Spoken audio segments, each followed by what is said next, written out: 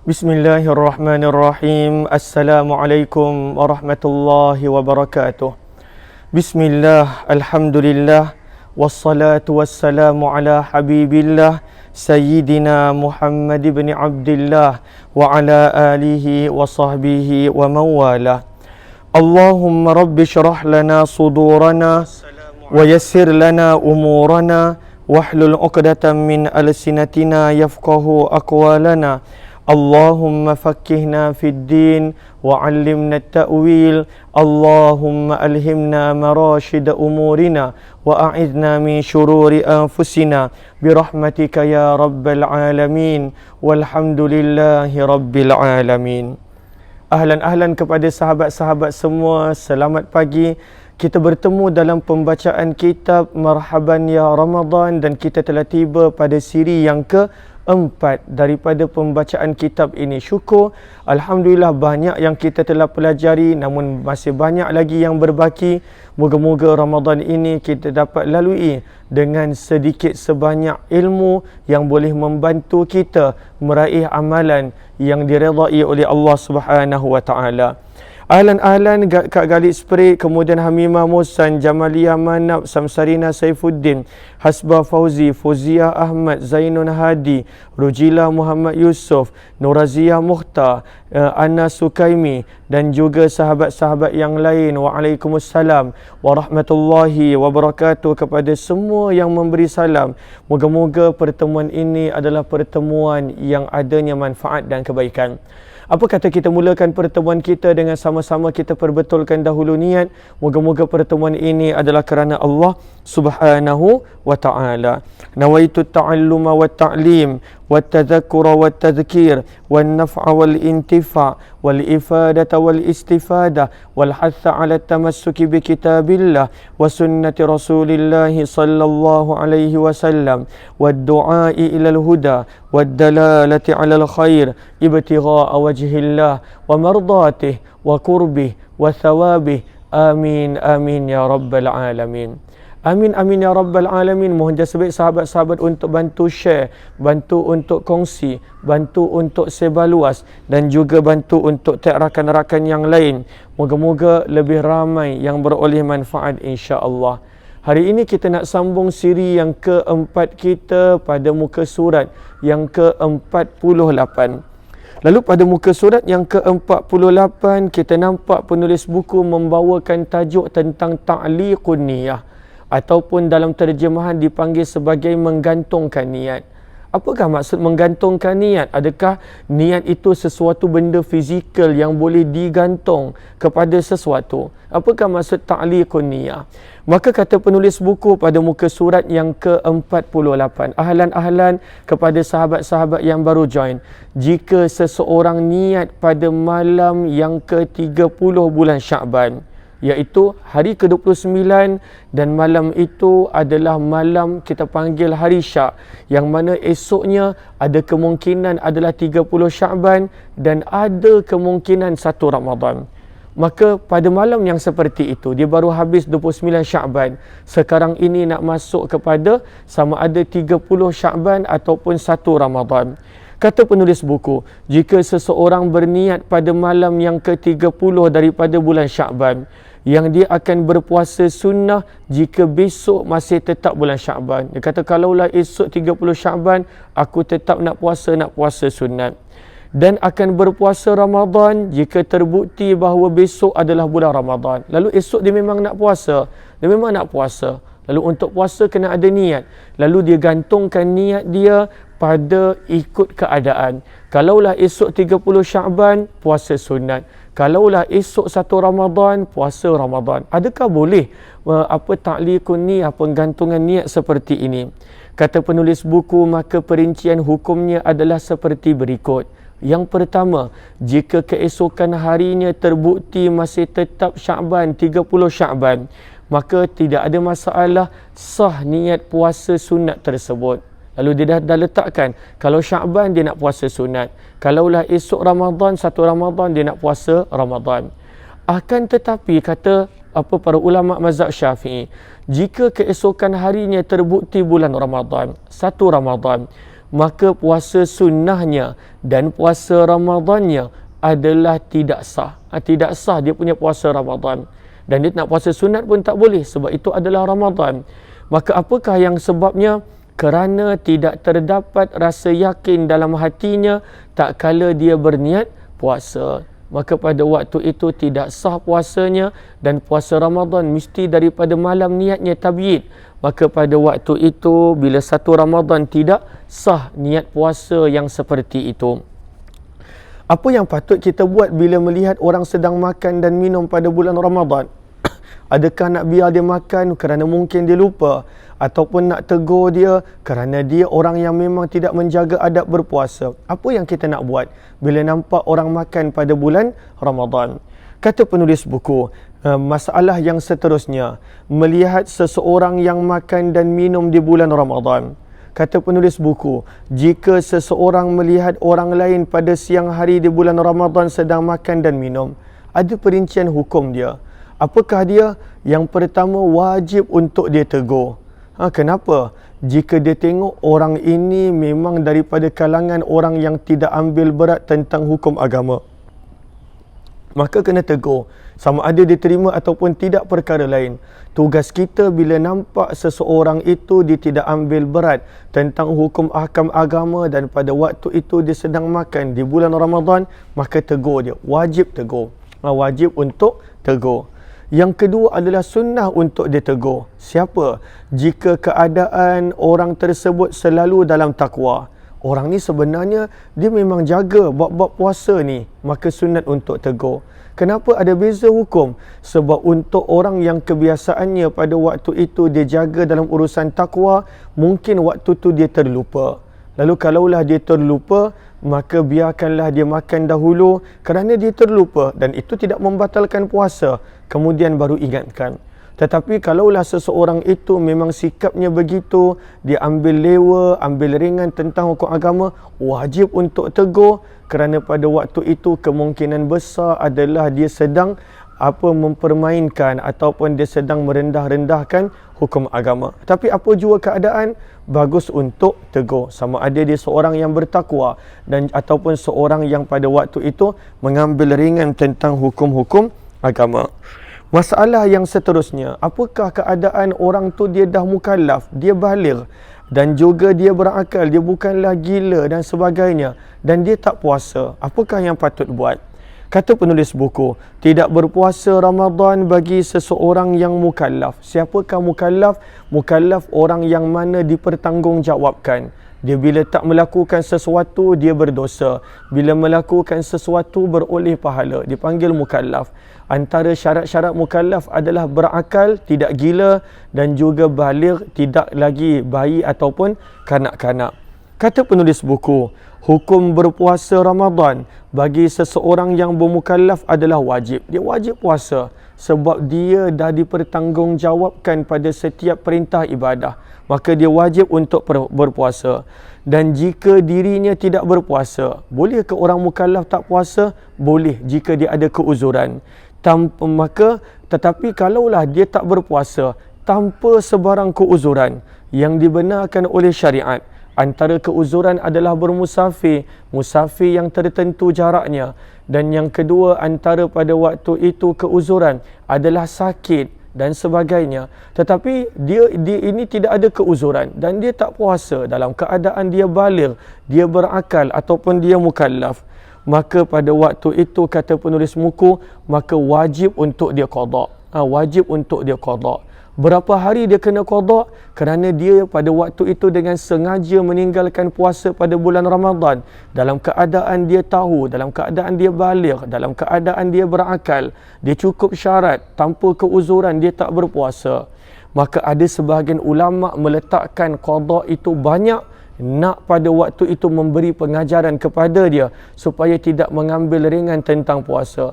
Kalaulah sekadar satu hari, maka dia kata tak ada masalah, nanti puasa pada hari lain. Tetapi walaupun yang muktamadnya, yang kuatnya adalah pandangan sehari, namun daripada catatan para ulama yang mengatakan lebih daripada sehari, kita boleh nampak betapa sebenarnya dia tidak boleh menyamai Ramadan yang dia tinggalkan pada waktu itu daripada ganjaran dan pahala. Kata penulis buku, berikut ini adalah pendapat para ulama mengenai ukuran kewajipan dalam mengqada puasa bagi seseorang yang tidak berpuasa. Menurut pendapat yang muktamad, maksudnya yang kuat dalam mazhab Syafi'i, wajib untuk dia qada sesuai dengan hari yang dia tinggalkan. Lalu kalaulah dia tak puasa sehari daripada Ramadan dengan sengaja dalam keadaan dia cukup syarat baligh berakal, maka dia qada sehari. Itu adalah pendapat yang muktamad mengikut Imam Syafi'i dan jumhur majoriti para ulama. Adakah yang kata lebih daripada sehari untuk memberi pengajaran kepada dia? Maka ada. Sebab itu kata penulis buku, dinukilkan pendapat daripada Imam Rabi'ah bahawa wajib untuk dia qada setiap daripada satu hari puasa Ramadan yang dia sengaja tinggalkan, dia kena qada 12 hari. 12 hari dia kena qada. Satu hari puasa Ramadan, 12 hari dia kena qadakan. Ada juga pendapat yang ketiga daripada Sa'id Ibnul Musayyib ataupun Musayyab. Dia wajib qada bagi setiap puasa yang dia sengaja tinggalkan pada bulan Ramadan sebanyak 30 hari. Memberi pengajaran kepada dia. 30 hari. Setiap hari satu Ramadan, 30 hari. Dan pendapat yang keempat, pendapat Imam Nakhai rahimahullahu ta'ala, pada waktu itu setiap satu hari puasa Ramadan yang dia sengaja tinggalkan, maka dia wajib qada 1000 hari. Nak memberi maklum, nak memberi pemahaman bahawa sebenarnya orang yang sengaja pada waktu itu tidak berpuasa pada bulan Ramadan tanpa sebarang keuzuran, maka sebenarnya dia telah terlepas kelebihan yang besar, ganjaran yang besar. Namun pendapat yang muktamad adalah satu hari bagi setiap satu hari yang dia tidak berpuasa daripada bulan Ramadan. Lalu janganlah kita sambil lewa, ambil ringan untuk tidak berpuasa tanpa sebarang keuzuran pada bulan Ramadan. Allah telah berikan pelbagai nikmat. Allah hanya tetapkan satu bulan dalam setahun. Itu pun kalaulah dia tidak mampu, maka ada keuzuran yang dibenarkan oleh syariat, maka hendaklah kita ambil berat, didik anak kita untuk ambil berat. Jangan pula dia dah baligh, jangan pula dia dah baligh, kita galakkan dia untuk tak berpuasa. Padahal itu wajib. Puasa itu adalah wajib. Yang selain daripada itu adalah tidak. Kadangkala hanya kerana ada kelas tambahan, kita kata tak apalah, nak tak payah puasa. Dia dah 17 tahun, 16 tahun. Ataupun mungkin kurang daripada itu, 15 tahun dia dah baligh. Bagaimana daripada kecil kita didik dia pada waktu itu untuk mengutamakan sesuatu yang mana tidak wajib berbanding dengan wajib. Dan kemudian bila dah besar, anak itu tidak patuh pada kita dan sebagainya, kita pada waktu itu marah, padahal kita dah didik dia untuk tidak patuh pada Allah daripada kecil. Sepatutnya dia solat, kita tidak pada waktu itu tekankan untuk dia solat. Sepatutnya dia berpuasa dalam keadaan dah baligh, kita pada waktu itu ambil ringan. Lalu kelak mungkin Allah akan jadikan dia mengambil ringan tentang kita, maka pada waktu itu sebagai pengajaran untuk kita di dunia, tetapi di hari akhirat bagaimana pula? Janganlah kerana sesuatu kita suruh anak kita tak payah berpuasa, kita sokong dia untuk tak berpuasa, kita pada waktu itu tidak menegaskan dia untuk berpuasa, padahal sebenarnya dia sudah baligh, dia cukup syarat, tak ada keuzuran pun, bukan kerana dia bermusafir, bukan kerana dia sakit, maka hendaklah kita ambil berat tentang kewajipan-kewajipan hak Allah pada diri kita dan juga anak-anak kita. Lalu ini adalah yang kita nampak pada muka surat yang ke-49. Muka surat yang ke-50, maka itu dijelaskan dalam Kitabul Bayan. Faedah yang ke-8, apakah perbezaan pendapat di antara para ulama mengenai perkara yang dapat membatalkan puasa? Maka kata penulis buku, kita nak bicarakan tentang perkara yang membatalkan puasa kalaulah dilakukan dengan tidak sengaja. Adakah batal ataupun tidak? Majoriti kata tidak batal, dan itulah pendapat yang kuat. Kata penulis buku, berhubungan badan iaitu bersetubuh, kemudian Allahumma salli ala Sayyidina Muhammad, makan dan minum jika dilakukan tanpa sengaja, benda-benda yang membatalkan puasa jika dilakukan tanpa sengaja, maka hukumnya adalah menurut Imam Syafi'i dan Imam Abu Hanifah tidak membatalkan puasa. dia makan dengan tak sengaja, dia bersetubuh, mungkin baru kahwin, dia bersetubuh dengan tak sengaja. Tetapi bersetubuh dengan tak sengaja ni susah. Bersetubuh mesti dengan sengaja. Tetapi katakanlah dia bersetubuh dalam keadaan tak sengaja. Dia lupa pada waktu itu Ramadan. Dia minum tanpa sengaja. Maka menurut pendapat Imam Syafi'i dan Imam Abu Hanifah tidak membatalkan puasa. Menurut pendapat Imam Malik, membatalkan puasa meskipun dilakukan tanpa sengaja. Itu pendapat yang kedua.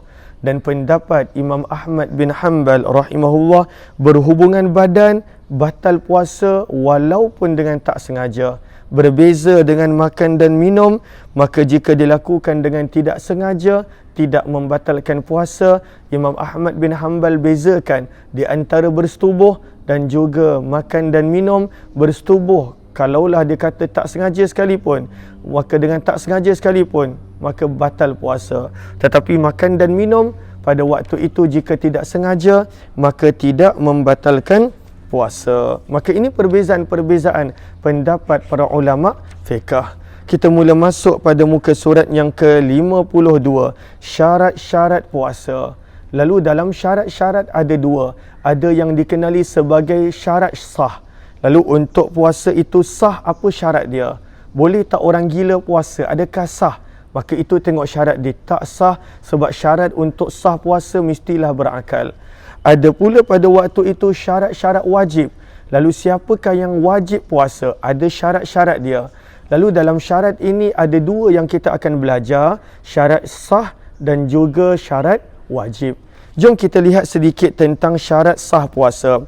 Maka kata penulis buku, syarat-syarat sah puasa muka surat 52 ada 4. Apabila cukup 4 syarat ini, maka puasa seseorang itu dihukum sah. Dihukum sah. Tak cukup, maka tak sah.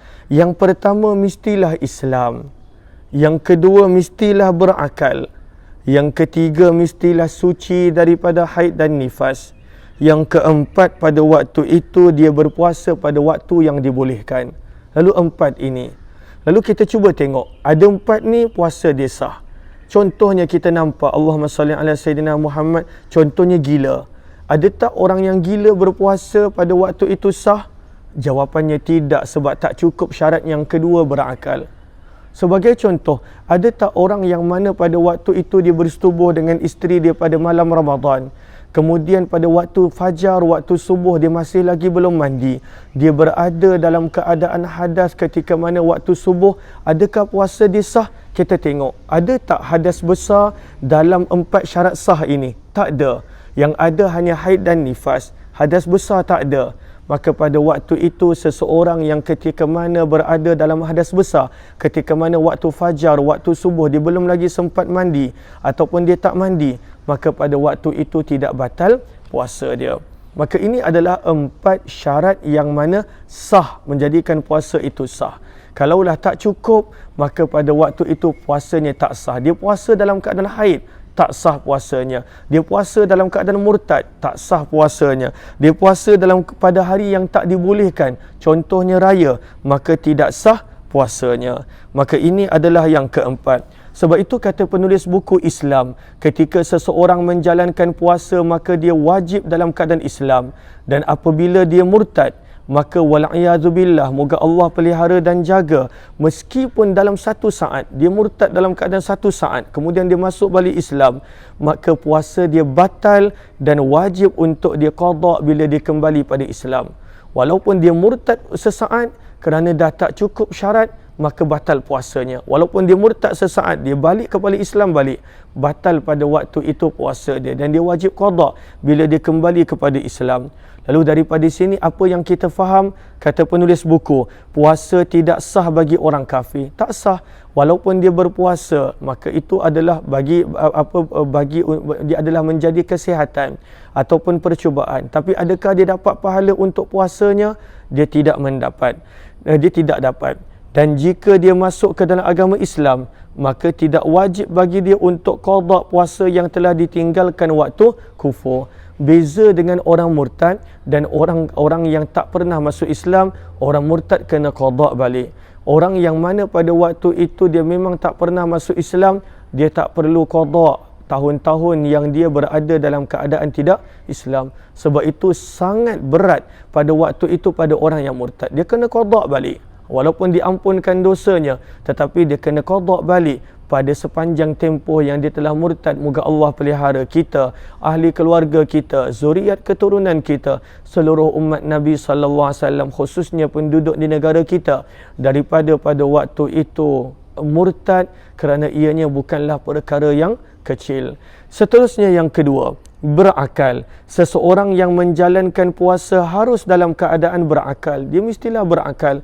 Lalu kalaulah gila, tidak sah puasanya, supaya puasanya dihukumi sah. Dan apabila dia menjadi gila pada pertengahan hari puasa, tengah-tengah puasa gila, meskipun hanya sesaat, dia gila sesaat, dia memang ada begitu, dia gila sesaat ataupun seminit, maka pada waktu itu tidak sah puasanya. Daripada sini apa yang kita boleh belajar? Maka tidak sah puasa orang gila walaupun dia gila sesaat, dan tidak sah juga puasa budak kecil yang belum mumayyiz. Apakah mumayyiz? Iaitu yang tak pandai makan sendiri, tak boleh minum sendiri, dan tak pandai istinja membersihkan najis sendiri. Maka itu belum mumayyiz. Selalunya usia mumayyiz dalam 6 ke 7 tahun. Kalaulah pada waktu itu kebiasaan dia. Kena tengok juga. Maka ada mumayyiz, ada baligh. Baligh itu lain tanda-tanda dia. Mumayyiz maksudnya dia dah berdikari. Usia 6-7 tahun, dia dah boleh makan, minum sendiri, dia boleh istinja sendiri. Kadang-kala ada orang 4 tahun. Kalaulah sebelum mumayyiz, maka puasanya tidak sah. Selepas mumayyiz, puasanya adalah sah. Kemudian, lain halnya dengan puasanya anak kecil yang telah mumayyiz, maka hukum puasanya adalah sah meskipun benda itu belum wajib. Puasa belum wajib. Contohnya budak 8 tahun puasa, sah ke? Sah puasa dia. Dia dapat ganjaran dan pahala. Yang ketiga, syarat sah puasa adalah suci daripada haid dan nifas. Wanita, kata penulis buku, wanita yang pada waktu itu menjalankan puasa disyaratkan harus dalam keadaan suci daripada haid dan nifas. Dan jika dia datang haid, darah haid ataupun nifas, maka puasa dia batal. Walaupun pada waktu itu dah dekat maghrib, datang haid dan nifas, maka batal puasanya. Puasanya batal. Kemudian, dan wajib untuk dia qada. Adapun jika dia suci daripada haid ataupun nifas pada pertengahan hari, contohnya hari ini 5 Ramadan, dia tak puasa sebab ketika mana subuh tadi, fajar tadi dia dalam keadaan haid. Tetapi pada pukul 5 selepas asar ataupun pada waktu pukul 10, darah dia berhenti, dah suci. Maka sunat untuk dia tidak makan dan minum. Sunat untuk dia tidak makan dan minum. Tetapi ketika mana datangnya darah haid di tengah-tengah, dia tak boleh. Puasanya telah batal. Dan kalaulah dia puasa sekalipun, tidak sah. Sebab itu disebut, adapun jika dia suci daripada haid ataupun nifas pada pertengahan hari, ketika mana bulan Ramadan, dan sebelum tu dia tak perlu berpuasa sebab haid dan nifas, maka disunnahkan baginya untuk menahan diri dari makan minum dan dari hal-hal lainnya yang dapat membatalkan puasa sampai terbenamnya matahari. Adakah dia dapat pahala puasa untuk hari itu? Tak dapat. Sebab ketika mana waktu subuh, waktu fajar, permulaan puasa dia masih lagi dalam keadaan haid ataupun nifas. Syarat sah puasa yang keempat, dia mestilah berpuasa pada hari dan waktu yang dibenarkan. Lalu kita dah belajar pada muka surat yang ke-25, muka surat yang ke-25, ada 5 hari yang diharamkan puasa. Muka surat 25 kita dah belajar.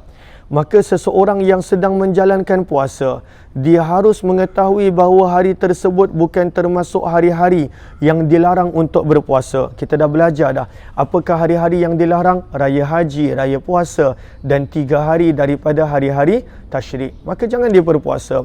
Maka bila adanya 4 syarat sah ini, sah puasa dia. Bila pada waktu itu salah satu daripada 4 syarat ini tak ada, maka pada waktu itu puasa dia menjadi tidak sah. Lalu inilah yang dapat kita kongsikan pada hari ini. Moga-moga bermanfaat insya-Allah. Terima kasih kepada semua yang bersama. Minta maaf kita tak dapat baca banyak pada hari ini. Kita jumpa petang ini dalam pembacaan kita Al-Azkar Imam Nawawi pada jam 6 petang. Kepada sahabat-sahabat yang ingin untuk membuat pembelian buku Marhaban Ya Ramadan, boleh tekan link yang ada di ruang komen. Bukanlah syarat untuk join kelas mesti ada buku, ianya sekadar rujukan. Tetapi saya dah cuba terangkan dengan perlahan dan jelas supaya yang tak ada buku pun boleh mengambil manfaat dan pelajaran. Moga-moga kita dapat bertemu lagi. Yang kali pertama join, jemput join grup Telegram channel Kuliah Umar Aziz. Kita jumpa lagi. Wabillahi taufiq wal hidayah. Assalamualaikum warahmatullahi wabarakatuh. Jazakumullahu khairah. Terima kasih semua.